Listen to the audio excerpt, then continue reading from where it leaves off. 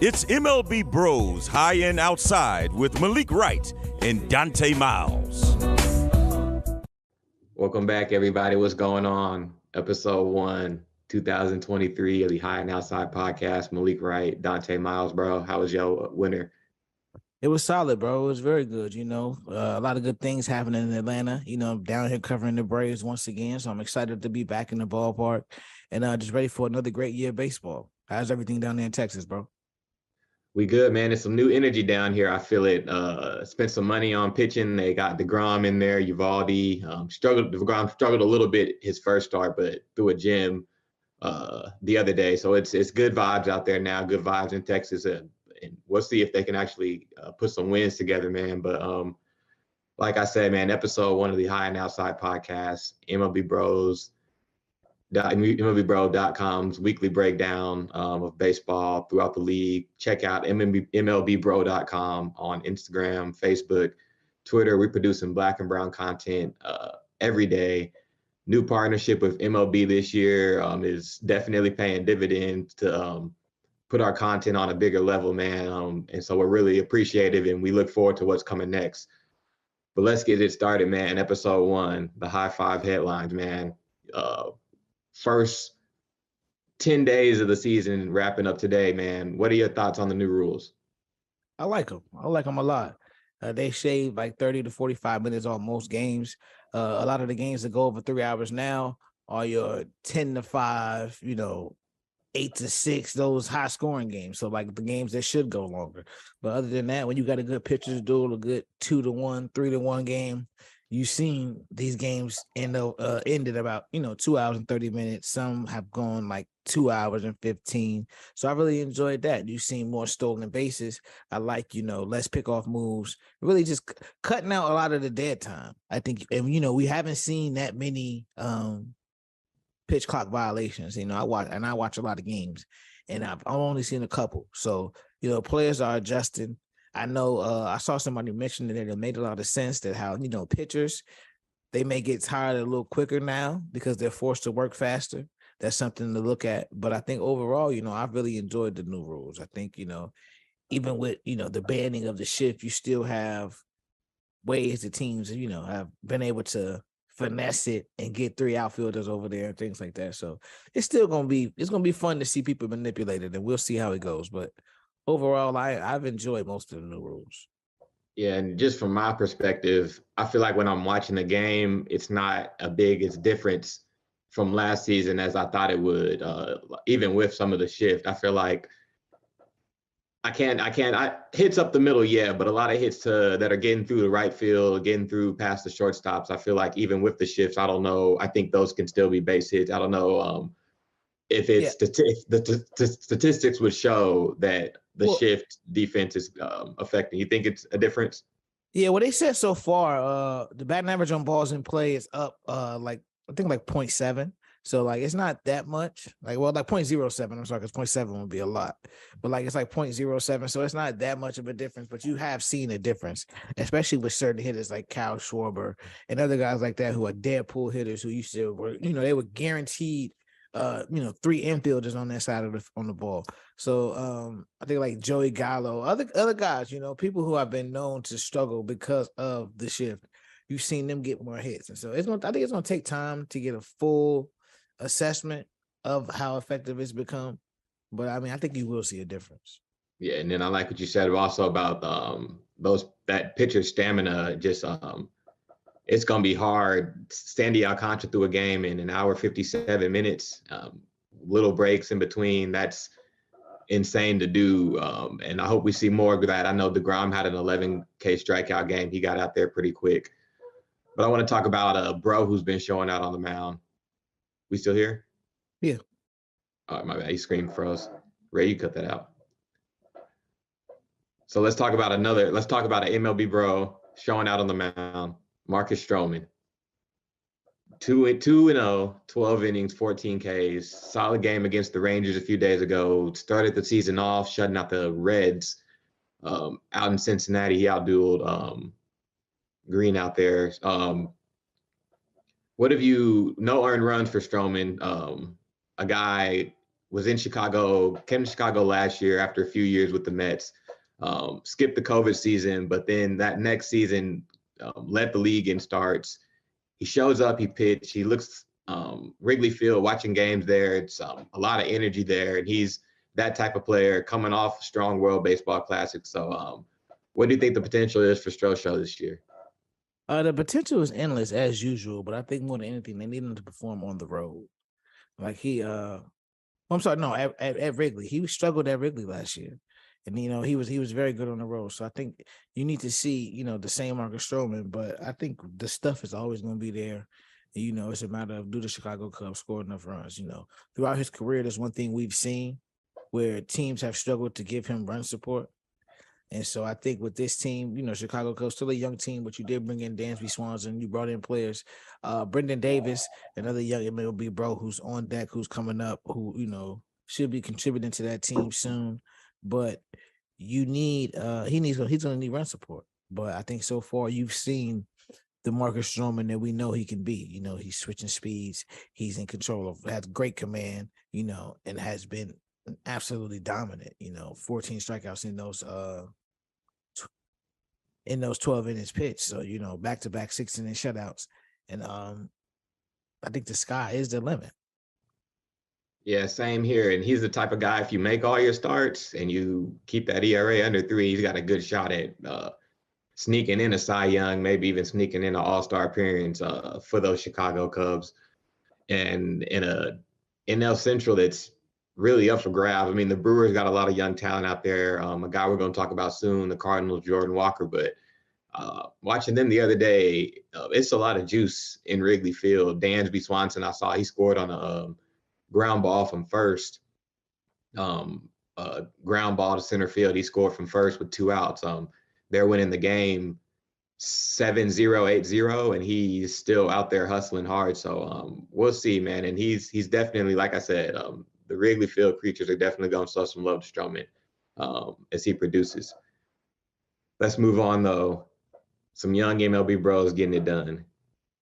One of the youngest, or the youngest player in the league, and then a few out there in the nation's capital of DC. Let's talk about Jordan Walker first. The 3rd longest hit streak to start a career at age 20 or younger since 1939. We'll see if he can complete that on Sunday. We'll drop this on Monday. We'll see if he can complete it on Sunday.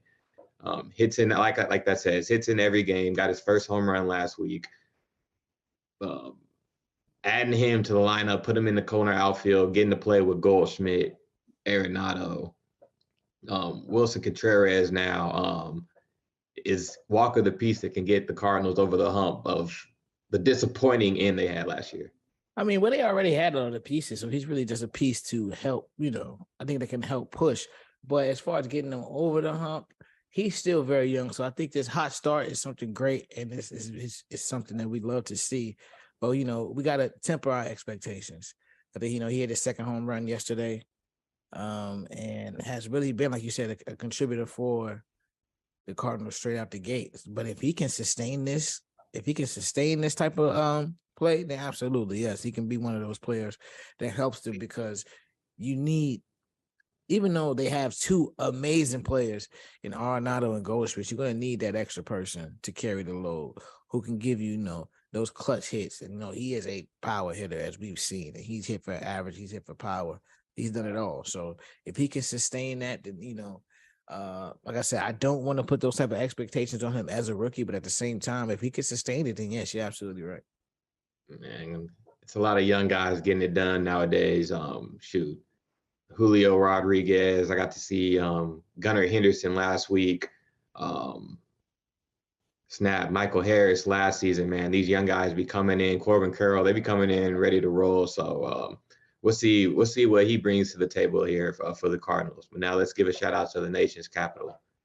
3 MLB bros getting it done. Saturday night, Stone Garrett, 4 for 5, 5 RBIs, a home run, 2 doubles, and a single.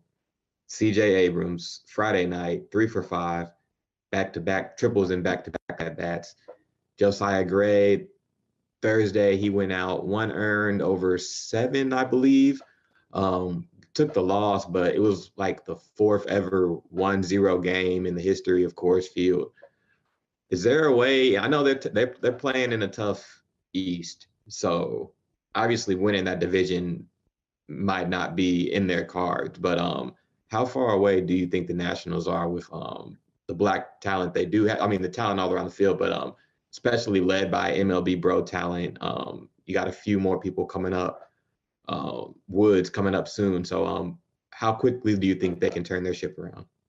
Yeah, it's just a matter of how that talent pans out and how your guys perform. And I think with a lot of their guys, it's been up and down, but they have the potential, to be a very, very solid core for that Cardinals rebuild. I know a lot of people have made comments about, okay, they traded away so many great players and such great talent, and when you do that, you get prospects back, and everybody's just been waiting. Okay, so when are these prospects going to become the guys that we expected them to be? And so for a lot of guys, it's time for them to show and prove.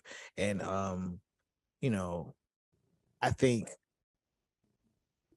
Josiah Gray is the key, because you need quality starting pitching in this league, and we've seen that. I understand guys, hit the ball out of the ballpark a lot, but you still need starting pitchers. You need that guy, if he can be an ace like people want him to be, a guy that can go, start game 1, start game 4, start game 7, be that type of guy, or at least a quality number 2 starter. You need him to start showing you that this season. And so I think like I said, the potential is there. It's been there. But CJ Abrams, you need to start seeing things from him. Stone Garrett is an added bonus, I like to say, because a lot of people weren't projected him to be a part of that core. So I think, temper expectations for him, but you love to see him performing straight out of the gate. He's like on fire. But if he can be, quality outfielder for them, then that's another step in the right direction. But like you said, that NL East is packed. So there's still at least you can't really put a year on it, because now you just need something special to happen at this point, because you're talking about 2 teams in front of you, or 3 teams in front of you, that are packed with stars, like star players, star power, superstars. Yeah. Even Miami with Sandy and Jazz, but you got Acuna, Money Mike, Bryce Harper, Schwarber. It's a list, bro. It's a very long list. But I mean, you play that type of team. A team I got to see last week, Baltimore. They got their ass kicked through the AL East for years. Playing the Yankees, the Red Sox, the Rays, even Tampa Bay. Last season I saw them. First time I get to see Mullins play, they look solid. I come and see this year, man. They're a true threat. They're a legit threat just from getting beat up all those years and taking those things from those teams that have been to the World Series. So I hope I hope good for the Washington Nationals. Josiah Gray, like you said, he needs to have a good season. Struggled. I believe he gave up the most home runs last season.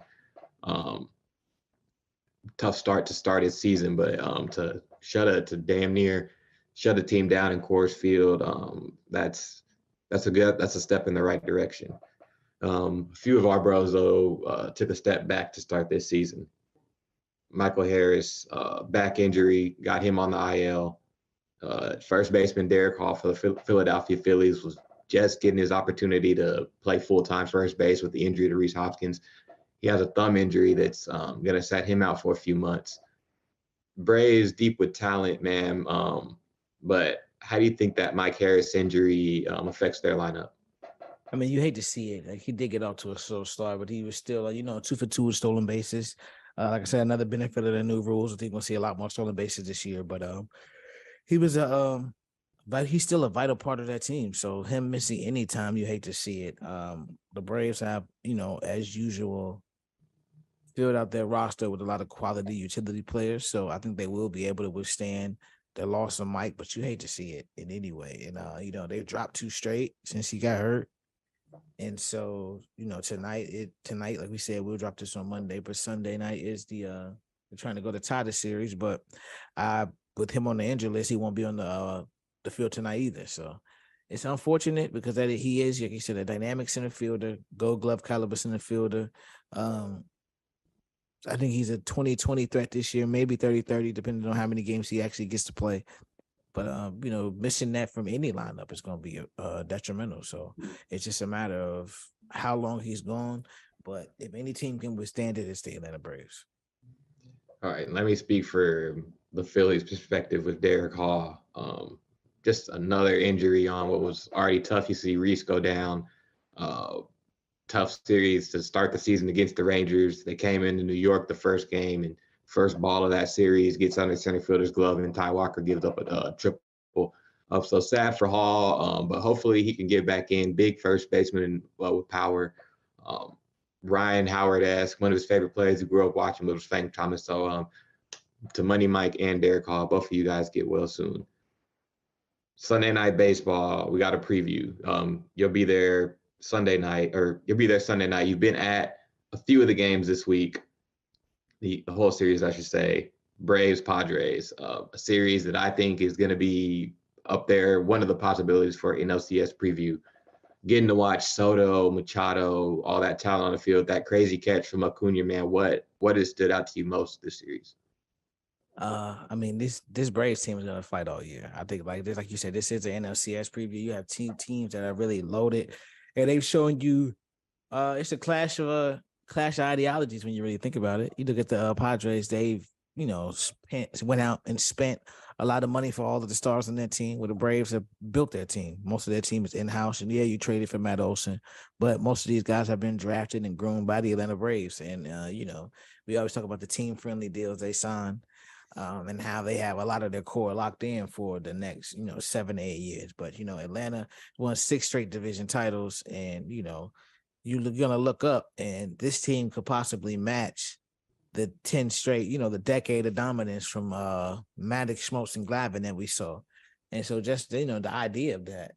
And then when like you said, you look on the other half, you have the Padres who, Manny Machado, Xander Bogaerts, Juan Soto, these are all guys that they went out and said, okay, we're going to spend the money. We don't care. We're trying to win that way, like the old school Yankee way. And so I think it's been great, but I think more than anything, what you see is there's 2 ways to do this, and both ways can be successful. I know it's early in the season. The Padres are up 2-1, like I said earlier, but it's more than one way to win a championship. There's more than one way to win a championship, and you're seeing that in this series.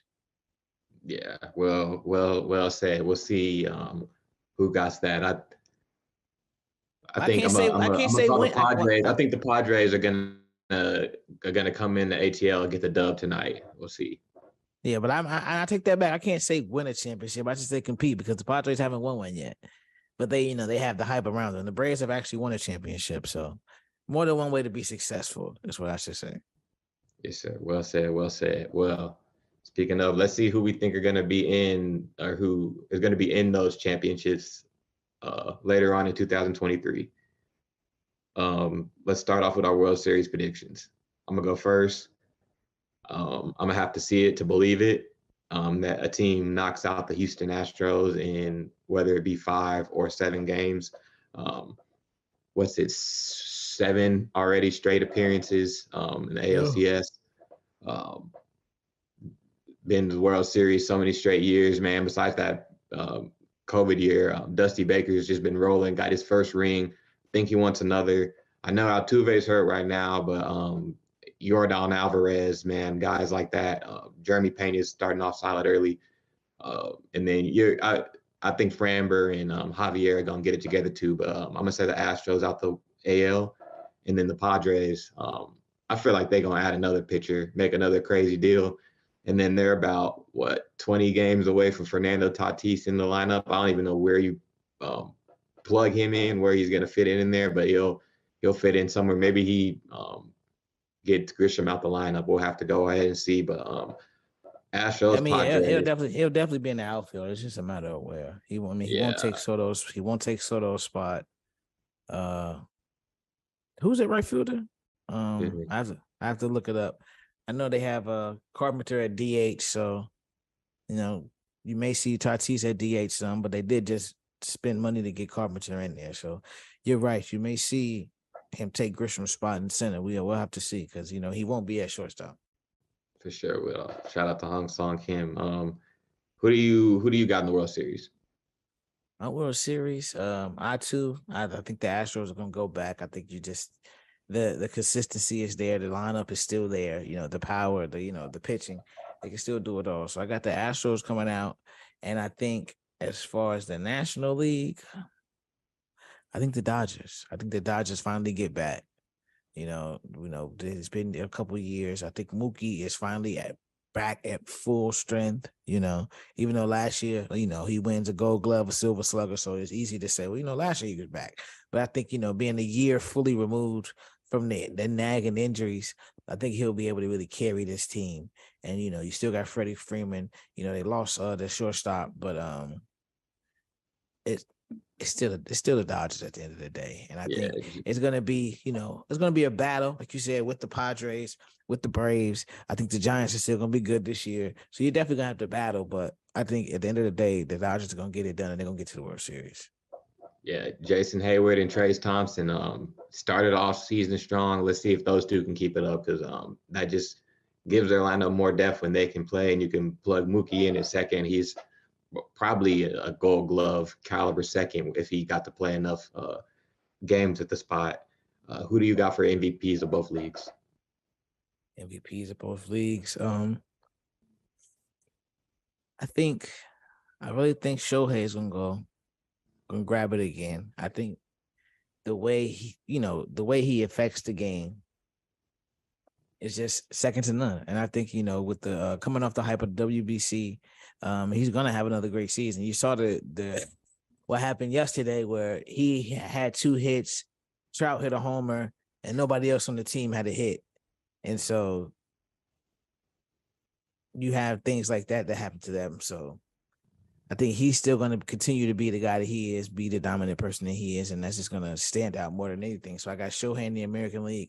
And in the National League, like I said, I think Mookie Betts. I think Mookie is back healthy, and you're going to see the elite Mookie Betts. And also with Dave Roberts saying that he's going to play about 40 games at second base, that versatility is going to pay off. And I think a lot of voters are going to look at that and see and think highly of it. All right, now I want to say Shohei too, but for argument purposes, Yordan Alvarez. He was on a roll last season. He was matching Aaron Judge last season before he went out with injuries. Came through, carried the Astros through the early portion of the playoffs. I think he does something special this year. It's going to have to be hitting 50, 60 home runs. Probably going to have to lead the league in RBIs to do so, slugging percentage. He's looking tough early, got a few grand slams, and he's a guy. He's probably going to be in that DH role, but he's got a cannon in the arm for the outfield. People sleep on Yordan's arm. My MVP in the NL, I think he plays in Yes City, Ronald Acuna Jr. He's a guy after ACL surgery a few years ago, came back last season, sort of expectedly slow. I know you have high hopes for guys of his caliber, but I would say like the numbers I'd say he put up weren't up to par with him. You see him making big catches, stealing big bases now. I think he's going to do plenty of that. I think he's a big 40-40 candidate, 30-30 at worst. So I'm going to go with him and Acuna. And I'm going to wrap it up now with my Cy Young predictions. I think Jacob deGrom comes in Texas and he proves a point. I think he leads the league in strikeouts. Whether he can get the team to the playoffs, he's a piece. I think there's a whole lot that needs to be fixed, but I think he can put up the numbers.